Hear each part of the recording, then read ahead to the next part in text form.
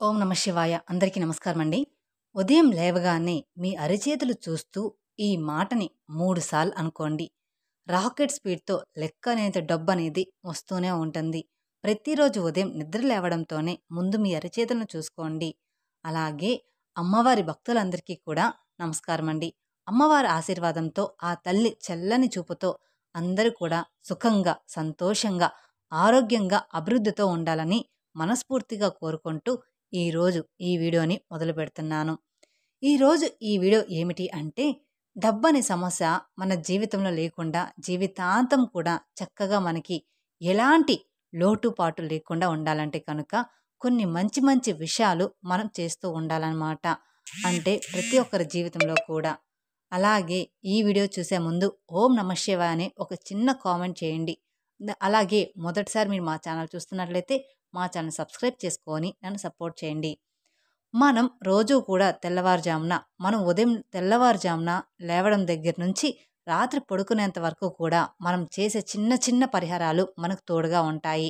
మనం చేసే కృషితో పాటు ఉదయం లేవగానే మన అరచేతులను చూసుకునే అలవాటు చాలామందికి ఉంటుంది. అలాగే ఇక అరచేతుల్ని చూసుకుంటూ మనం చేసుకోవాల్సిన ఒక మంత్రం అనేది ఉంది. అది పదం అని కూడా చెప్పవచ్చు. ఆ మాట అని కూడా చెప్పవచ్చు. నిజంగా ఇలా కనుక మనం చెప్పినట్లయితే 3 సార్లు 3 రోజుల పాటు ఈ మంత్రాన్ని మనం మర్చిపోకుండా మనం చెప్పినట్లయితే డబ్బుకి ఎలాంటి లోటు లేకుండా ఉంటుంది. అంటే డబ్బు 4 వైపుల నుంచి కూడా వస్తుందన్నమాట. చాలామందికి లేదా కొంతమందికి రోజువారీ సంపద అవ్వచ్చు, లేదంటే నెలవారీ సంపద అవ్వచ్చు, ఏదైనా కానివ్వండి. ఈ మంత్రాన్ని రోజుకు 3 సార్లు చెప్పుకుంటే చాలు. చాలామంది ఇది నమ్మకపోవచ్చు. చెప్తే ఏముందిలే జరుగుతుందా అని అనుకోవచ్చు. ఏమో, మీరు డబ్బు ఖర్చు పెట్టే పనైతే కాదు కదండి. ఇది కేవలం 3 సార్లు అనుకోవడం మాత్రమే కదా. 3 రోజులు ఉదయం లేవడంతోటే మనం అనుకోవడం కాదా. అది కూడా 1 నిమిషం పాటు మాత్రమే. 1 నిమిషం కూడా ఉండదు ఆ మంత్రం. ఒక 30 సెకండ్స్ మాత్రమే. ఆ 30 సెకండ్స్ చేస్తే ఏముందిలే అనుకుంటే ఈ వీడియోని ఎక్కడ స్కిప్ చేయకుండా చివరి వరకు చూడండి. అంటే మీ అరిచేతులు చూసుకుంటూ 3 సార్లు చెప్పుకుంటే ఆ డబ్బులనేవి రెట్టింపు అవుతాయి. మీ ఆదాయం ఎదుగుదల అనేది స్పష్టంగా కనిపిస్తుందన్నమాట. పొద్దున్నే లేవగానే మన అరచేతులను చూస్తూ ఇలా ఇప్పుడు మనం అనబోయే మంత్రాన్ని అనుకుంటే మాత్రం ఖచ్చితంగా డబ్బనేది రాకెట్ స్పీడ్‌తో దూసుకు వస్తుంది. అంటే ఒక్కసారిగా వచ్చి పడదు. మీరు ఏం చేయకుండా కూడా డబ్బనేది రాదు. మీరు కష్టపడిన దానికి మాత్రమే వస్తుంది. చాలా చాలా మంచి ఫలితాలైతే మీరు ఖచ్చితంగా చూస్తారు. ఇప్పటికే ఈ పరిహారం ఎంతోమందికి చాలా మంచి ప్రయోజనం అయితే దక్కింది. ఇక ఆ మంత్రం ఏమిటంటే, ఆ మంత్రం ఎలా అనుకోవాలి, ఎప్పుడు అనుకోవాలి అనే విషయాన్ని ఇప్పుడు మనం తెలుసుకుందాం. సాధారణంగా చాలామంది కూడా పొద్దున్నే లేస్తూ ఉంటారు. ఇంకా కొంతమంది అయితే బ్రహ్మముహూర్తంలో లేస్తూ ఉంటారు. కానీ అందరూ కూడా లేవరు కదా. కానీ ఆ సమయంలో లేచి ఏదైనా సరే మంచి పనులు మొదలుపెడితే అది తప్పకుండా విజయమైతే సాధిస్తుంది. విజయం సాధించి తీరుతారు కూడా. ఈ సమయంలో అంటే బ్రహ్మముహూర్తంలో లేవడానికి అందరికీ కూడా వీలు కాదు. కొందరు లేవలేరు. అలాంటి వారు ఏంటంటే, ఏదైనా మంచి పని చేసేటప్పుడు, లేకపోతే ఏదైనా కొత్తగా ఒక శుభకార్యం మొదలుపెట్టేటప్పుడు కానివ్వండి, ఒక మంచి కార్యం మొదలుపెట్టేటప్పుడు కానివ్వండి, బ్రహ్మ సమయంలో లేచి ఆ రోజు కనుక ప్రారంభిస్తే తప్పకుండా మంచి ఫలితాలనైతే మీరు చూస్తారు.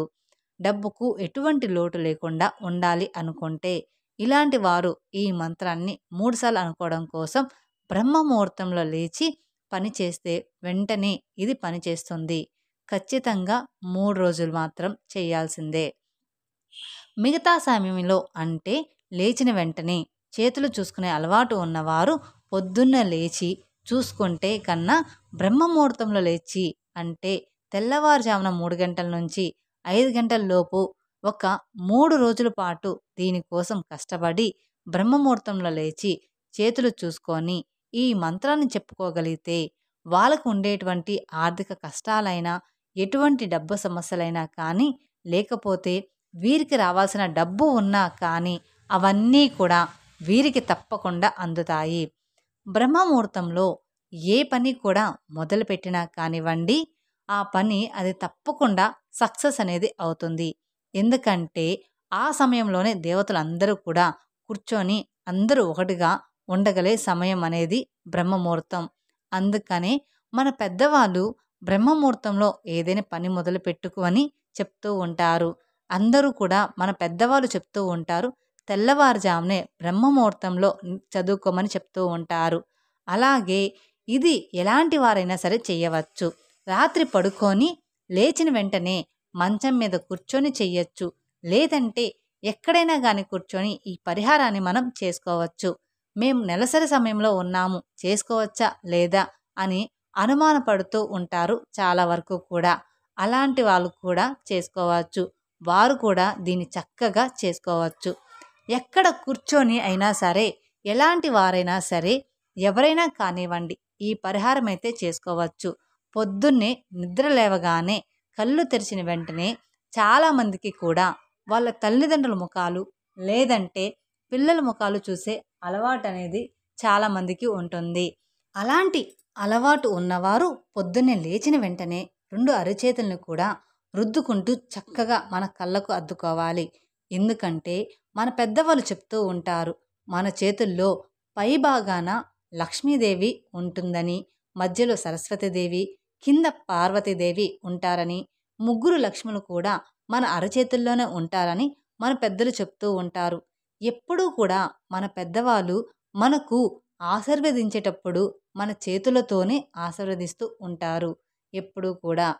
అయితే మన చేతులతోనే దీర్ఘ సుమంగళి భవ, అష్టైశ్వర్య ప్రాప్తిరస్తు, సంతాన ప్రాప్తిరస్తు అని మంచి మంచి ఆశీర్వాదాలు అన్నీ కూడా మన చేతులతోనే దీవిస్తారు.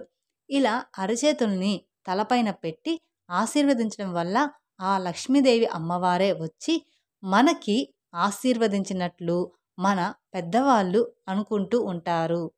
అందువల్ల ఆశీర్వాదానికి అంత మంచి గొప్ప మహత్యం అనేది ఉంటుంది. కాబట్టి మనం నిద్ర లేచిన వెంటనే మన 2 అరచేతులు రుద్దుకొని, మన కళ్ళకు అద్దుకొని, ఇప్పుడు మేము చెప్పబోయే మంత్రాన్ని కనుక మీరు అనుకుంటే మీకు లక్ష్మీ కటాక్షం అనేది తప్పకుండా సిద్ధిస్తుంది.